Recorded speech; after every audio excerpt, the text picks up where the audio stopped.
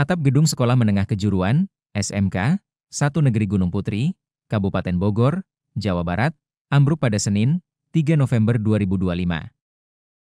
Wakil Kepala Sekolah Hubungan Industri dan Masyarakat, Hubinmas, SMK Negeri 1 Gunung Putri, Karyadi, mengatakan peristiwa ini terjadi usai hujan dan angin kencang melanda kawasan Gunung Putri.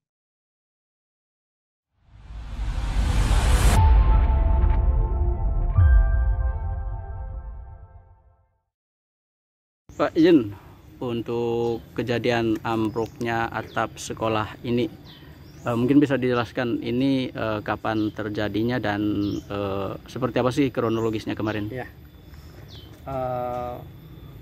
hari Senin tanggal 3 November 2025 ya, di jam 14 itu terjadi hujan lebat dan plus angin, dan kejadiannya di jam 14.40 ya, itu ada pohon jatuh ya di samping bangunan 5 lokal itu jatuh kemudian menimpa atap, dan akhirnya nggak lama setelah ambruk yang pertama, ambruk yang kedua, dan terus lanjut berderet lah gitu.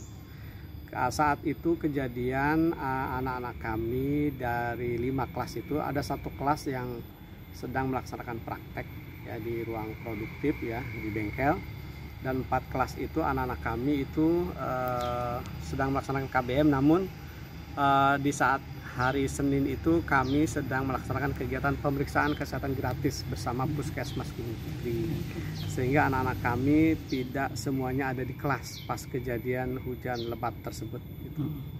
Kalau penyebabnya selain hujan lebat apa? Ya, jadi memang pertama faktor bencana ini adalah pohon jatuh.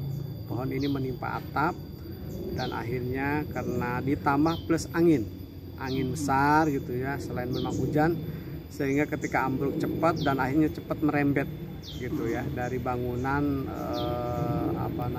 genteng baja ringan ini.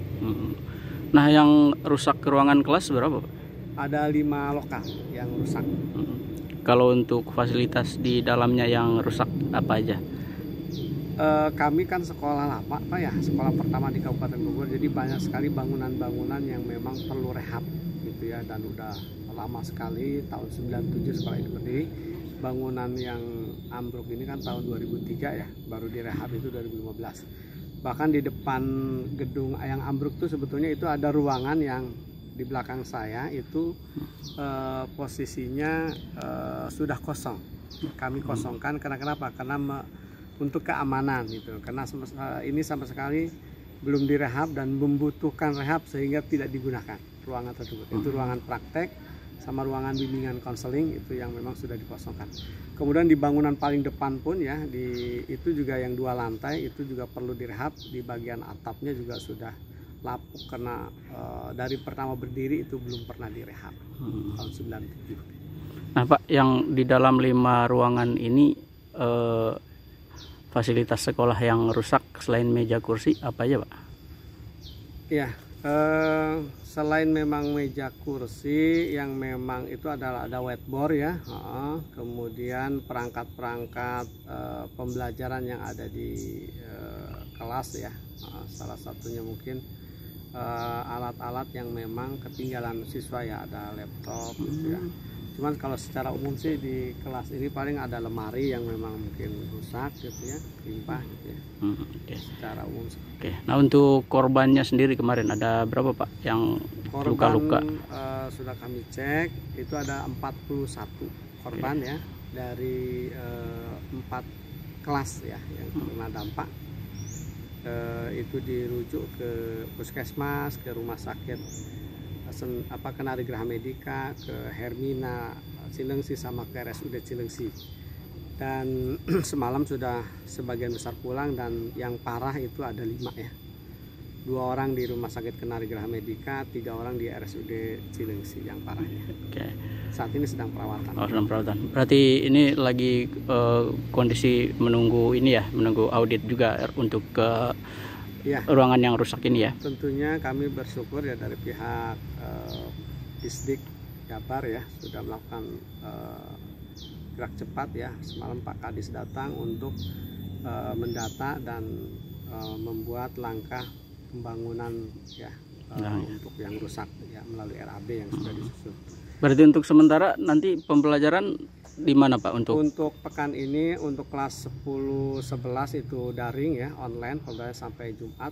Kemudian untuk yang kelas 12 khusus hari Rabu Kamis akan ada TKA. Jadi ada tes kompetensi akademik yang ini pada program nasional, mau nggak mau kelas 12 harus tetap ikut. Berarti yang terdampak ini kelas 10 11 ya? Kebetulan di lokasi kelasnya ada kelas 11 dan 12. 11 12 ya. Dan mungkin untuk pembelajaran tanggap darurat dari Kemdikdasmen juga sudah memberikan solusi ya, tawaran untuk ada tenda darurat untuk pembelajaran. Ya. Terakhir Pak, harapan dari Bapak selaku Wakil Kepala Sekolah untuk kegiatan pembelajaran setelah ambruknya atap sekolah ini. Ya tentunya ketika kami mendapatkan musibah bencana ini, kami berharap pihak-pihak terkait khususnya pemerintah untuk bisa memberikan bantuan segera ya, khususnya kepada kelas yang rusak agar segera dibangun. Kemudian kami berharap bangunan-bangunan lama yang tua yang memang perlu segera direnovasi untuk keamanan kami mendidik, mengajar gitu ya, itu bisa segera, karena memang kami akui banyak sekali gedung-gedung yang perlu diperbaiki karena sekolah kami sekolah lama. Oke Pak, makasih Pak.